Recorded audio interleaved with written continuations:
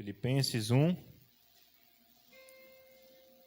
carta conforme escreveu o apóstolo Paulo, capítulo 1, verso 21. Amém?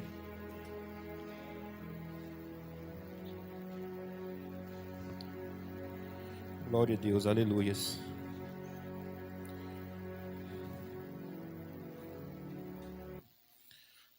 Amém? Todos encontraram? Falta alguém ainda? Louvado seja Deus. Então vamos ler então. Diz o seguinte a palavra do Senhor: Pois para mim viver é Cristo e morrer é lucro. Mas se eu continuar vivendo, poderei ainda fazer algum trabalho útil.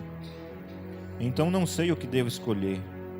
Estou cercado pelos dois lados, pois quero muito deixar esta vida e estar com Cristo, o que é bem melhor. Porém, por causa de vocês, é muito mais necessário que eu continue a viver. E como estou cercado disso, sei que continuarei vivendo e ficarei com todos vocês para ajudá-los a progredirem e a terem a alegria que vem da fé. Aleluia. Assente-se essa noite glorificando a Deus. Quero dizer que eu sou apenas, meus irmãos, instrumento de Deus aqui neste lugar. Maior e mais poderoso é aquele que está em mim. Amém? Então você hoje está no lugar propício para a oração. Então esse glória que está entalado aí na sua garganta, hoje você tem essa oportunidade de você soltar ele essa noite. Amém? Oh glória! Apóstolo Paulo, como é sabido de cada um dos irmãos, e na minha opinião é um homem que tem uma sabedoria tremenda. A gente conhece a história de Paulo. A gente sabe da trajetória desse grande homem de Deus. O Paulo que hoje escreve aqui essa carta aos Filipenses era o antigo Saulo de Tarso, que outrora perseguia e matava servos de Deus. Mas só que um belo dia, Paulo vai ter a sua história mudada. E por quê? Porque Deus tinha um propósito na vida de Paulo. Deus tinha um propósito na vida daquele homem. E vai ser no caminho de Damasco em que Deus vai mudar a vida de Paulo. Louvado seja Deus.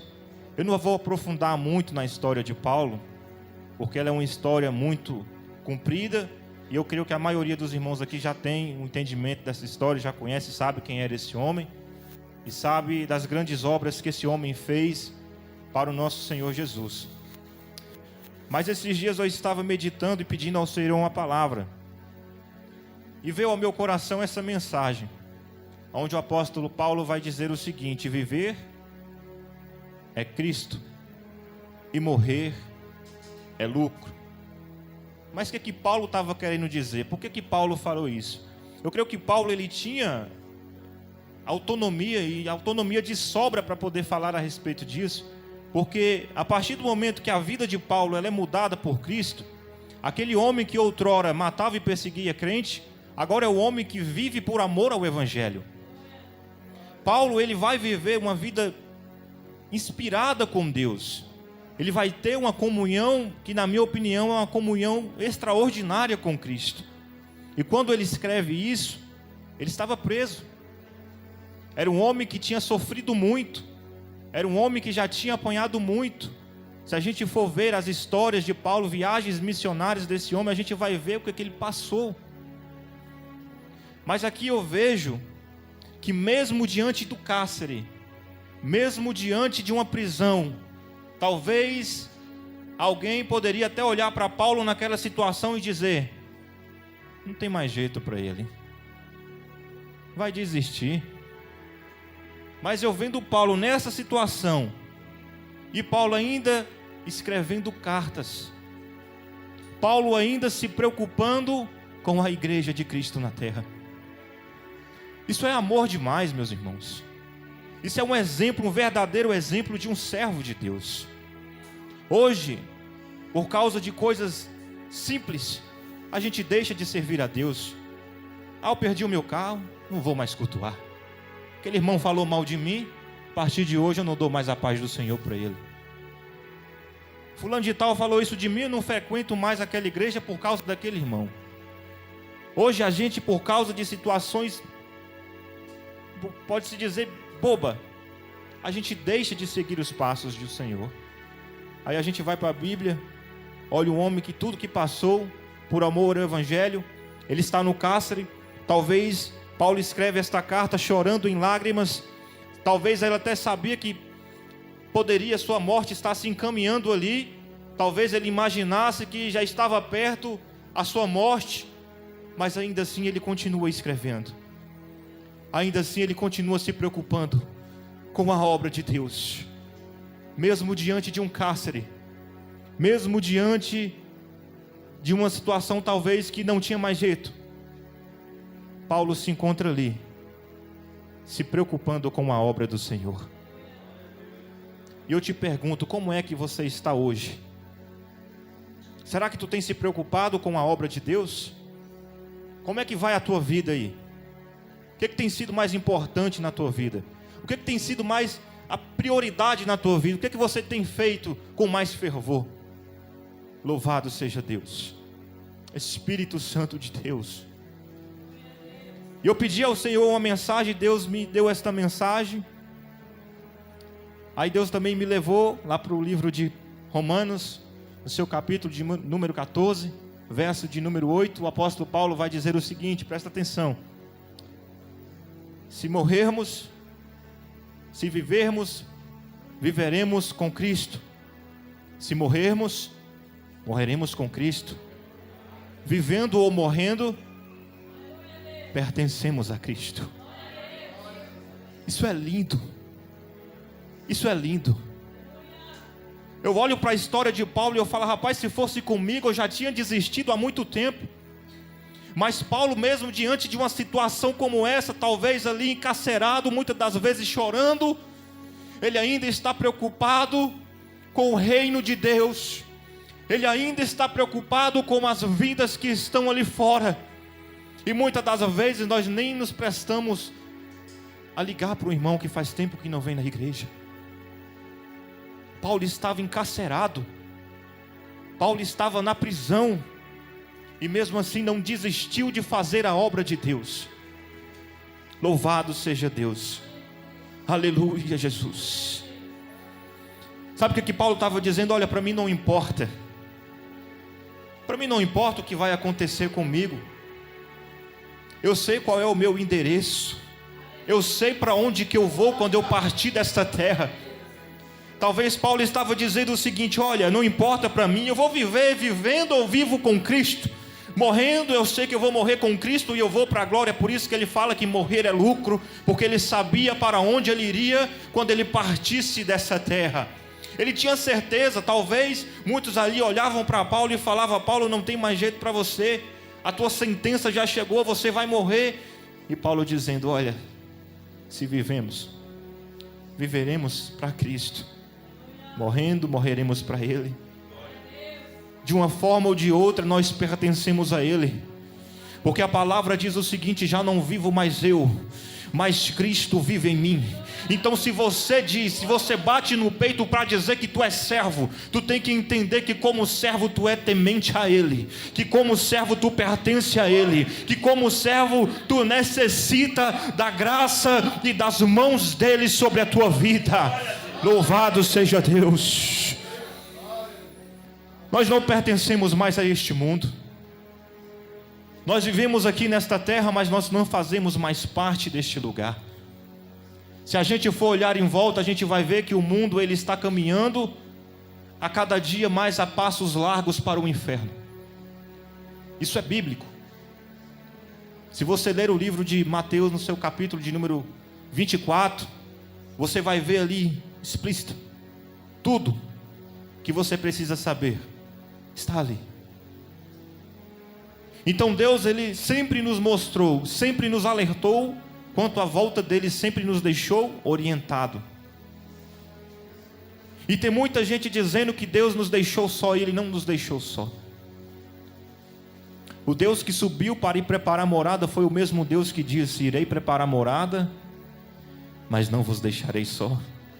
Enviarei o Consolador fiel, o qual estarás convosco. Então nós temos o Espírito Santo, que é o nosso auxiliador. E muitas das vezes nós colocamos dificuldade, muitas das vezes nós colocamos empecilhos. Sabe quem é que atrapalha a nossa vida? Não é inimigo, não. Isso somos nós mesmos. Esse dia eu falei com a minha esposa: não é as coisas do mundo que complicam a vida da gente, é nós mesmos que complicamos. Somos nós.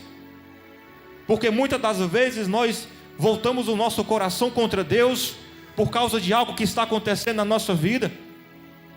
Talvez não está saindo da forma que a gente quer, mas em tudo Deus Ele tem um propósito. É isso que Ele quer que você entenda.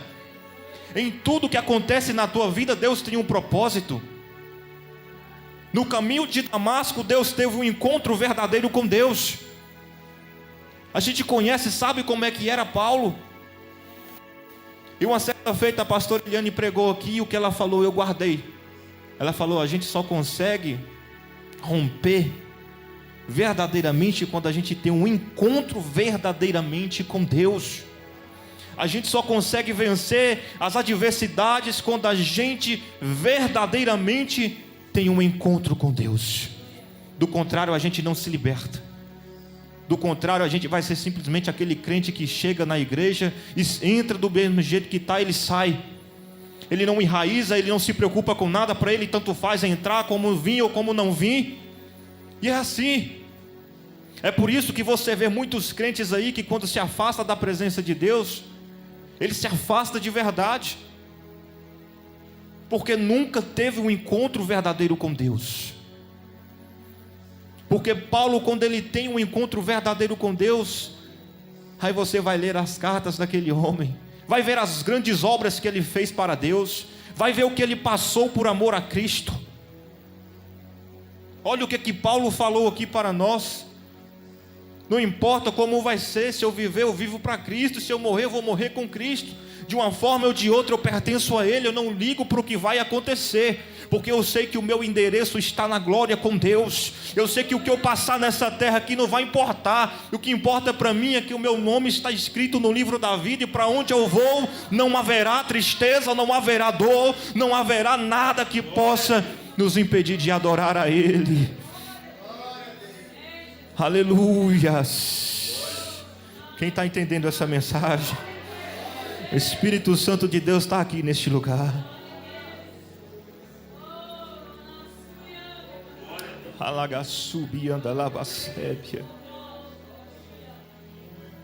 Não importa, meu irmão, o que vai acontecer com a gente aqui. Se vivemos, continuaremos vivendo com Cristo. O mundo não pode calar a nossa boca.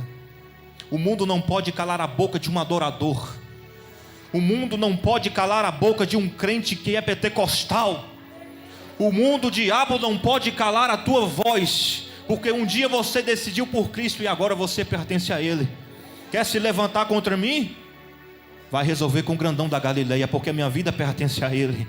Eu não resolvo mais nada. Já não vivo eu, mas Ele vive em mim. Aleluias. É forte. Essa mensagem, quando Deus me deu, Ele falou: vai ser forte, mas é necessário pregar. Aleluia. Santo é o teu nome, Jesus. Eu estava esse dia tomando banho. Eu não sei qual é o mistério de Deus nesse negócio, porque toda vez que eu vou tomar banho dá vontade de pregar lá no chuveiro, e Deus começa a falar comigo. Eu falei: rapaz, agora eu vou tomar pelo menos uns 10 banhos por dia, que aí eu não sei qual é o mistério. Esses dias eu estava tomando banho, meditando na palavra que eu iria trazer,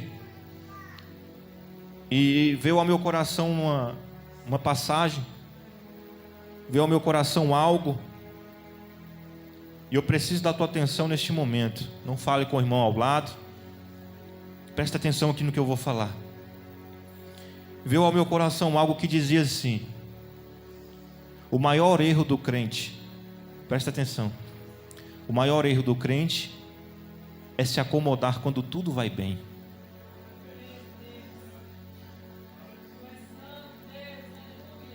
E eu automaticamente, como assim? Aí voltou, o maior erro do crente é quando tudo vai bem ele está acomodado. Mas por quê? Porque quando tudo vai bem não dá vontade de orar. Quando tudo está indo bem não dá vontade de jejuar. Quando tudo está seguindo normal, não preciso orar essa noite. Por quê? Está tudo indo bem. Deus está no controle. Está tudo seguindo perfeitamente. E o maior erro do crente é isso. Sabe por quê? Porque a vida do crente, a nossa vida, ela tem fases. Uma hora você vai estar bem. Uma hora tudo vai ir bem. Mas outra hora o negócio vai arrochar. Porque foi o próprio Deus que falou: no mundo tereis aflições. O próprio Deus garantiu.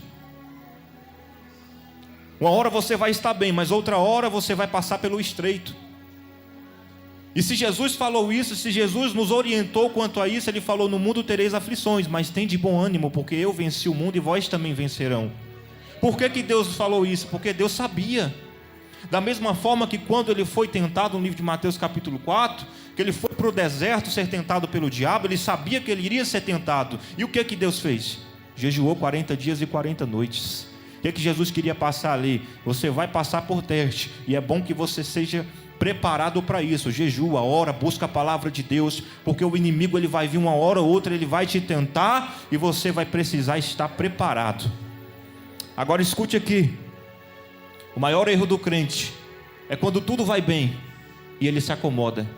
Quando está no comodismo, não é necessário orar. Quando está no comodismo, não é necessário buscar a Deus. Aí vai se acomodando com aquela situação. Aí, uma hora que a vida estava boa, de repente muda tudo. Começa a estreitar, começa a pesar. Aí ele cai. Por quê? Quando tudo estava indo bem, não se preocupou em orar. Aí a vida deste crente que outrora estava boa, agora mudou. A fase agora é uma fase complicada. É uma fase difícil. E ele vai cair porque não estava preparado, ele não estava atento. E eu fiquei com aquilo na minha cabeça e eu falei: mas ainda não entendi, Senhor. Aí ele falou: tu pregou esses dias sobre o quê? E eu falei: sobre Jó. Ele falou: volta lá na história de Jó. Lembra o que Jó passou? Lembra o que aconteceu na vida de Jó? Ele perseverou? Eu falei: sim, perseverou. Mas por que ele perseverou? Quando ele estava numa fase boa da vida dele, ele não tinha parado de orar. Quando ele estava ali na bonança, quando ele estava na fatura, a palavra de Deus fala que ele não parava de agradar a Deus, porque o próprio Deus disse ao inimigo: conhece o meu servo Jó, ele me teme, ele ora, ele procura se desviar do mal. Então era um camarada que mesmo tendo uma vida boa, ele não deixava de adorar a Deus. Ele não deixava de buscar a Deus. Estou passando por uma bonança boa, mas vou continuar adorando a Deus, porque eu não sei o dia de amanhã. O dia de amanhã pertence a Deus, então eu preciso buscar. E ele falou: lembra de Jó? Eu falei: lembrei, Senhor. Quando tudo ia bem, ele orava, ele me buscava, ele se entregava a mim, e até pelos seus filhos ele consagrava. Ele oferecia sacrifícios, com medo de que seus filhos estivessem pecando contra mim. Por isso, aí quando a vida dele mudou, quando uma hora para outra a vida dele começou a dar tudo errado, ele teve estrutura para suportar. Por quê? Porque quando tudo estava indo bem, o camarada estava de joelho dobrado. É só quem tem estrutura para suportar. E talvez você neste momento está passando por algo na tua vida, e talvez esteja até tudo tranquilo. E quando tudo está indo bem, a gente pensa: agora deitar numa rede, tomar um caldo de cana, e tudo vai ser uma mil maravilha. Aí de repente, tudo muda. E aí? Como é que tu vai suportar essa prova? É por isso que nós precisamos estar atentos. Paulo pregou sobre amor. Paulo pregou exortando, Paulo pregou sobre pecado, Paulo pregou contra o pecado, Paulo pregou sobre casamento. Paulo nos ensina muitas coisas nas palavras que ele escreveu, as cartas que ele escreveu para as igrejas. E era um homem que tinha autonomia, porque era um homem que tinha uma vida de entrega a Deus. Então nós temos que estar atento com tudo na nossa vida. O mundo ele está caminhando a passos largos para o inferno. Nós estamos no mundo, mas não fazemos parte dele. Nós estamos na terra, mas nós não pertencemos a ela. O nosso endereço, ele é um endereço que as ruas são de ouro e de cristal. Ali não haverá tristeza nem dor. Para onde nós iremos quando partimos desta terra? Este lugar eu garanto aos irmãos. Eu garanto aos irmãos que ali não haverá tristeza e ali não haverá dor. Sabe o que é que vai ter ali? Louvores 24 horas, adoração 24 horas ao Cordeiro de Deus. E diz que lá estará assim: santo, santo, santo, santo, santo. Só vou parar quando você der glória. Santo, santo, santo, santo é o Deus Todo-Poderoso. É para lá que nós iremos. Deixa eu te dar uma informação. Este mundo aqui não é mais para você. Este mundo, você não serve mais para ser do mundo. Talvez estão colocando no teu coração algo que não é de Deus, mas Deus te diz: aqui não é o teu endereço. As coisas deste mundo aqui não é para você. Começa a consertar os teus caminhos, porque é chegado o momento da igreja estar apercebida. É chegado o momento do cristão estar em vigilância. Ah, meu irmão, mas eu estou querendo desviar. Não há mais tempo para desviar. Não há mais tempo para largar o cajado. Não há mais tempo para brincar de ser cristão. Se você for avaliar o que está acontecendo no mundo, esses dias eu estava assistindo uma reportagem. Os cientistas identificaram uma mancha bem grande no Sol. E eles lá: eu não sei o que pode ser isso. E veio ao meu coração: eu sei o que é isso. É os sinais se cumprindo. É a volta de Cristo aí, ó. E muitos estão aí acomodados. Muitos estão dentro de suas casas nesse momento, acomodados, talvez na frente de uma televisão, e não estão percebendo o que está acontecendo no mundo. Mas o que está acontecendo no mundo é que o nosso Senhor Jesus Cristo está voltando para buscar a igreja. O nosso Senhor Jesus está voltando, e Ele quer buscar uma igreja lavada e remida pelo sangue do Cordeiro. Louvado seja Deus. E para encerrar essa noite, eu gostaria de mais uma vez ler o versículo de Romanos capítulo 14, verso de número 8, que Paulo diz o seguinte: se vivemos, viveremos com Cristo. Se morremos, morreremos com Cristo. Vivendo ou morrendo, pertencemos a Cristo.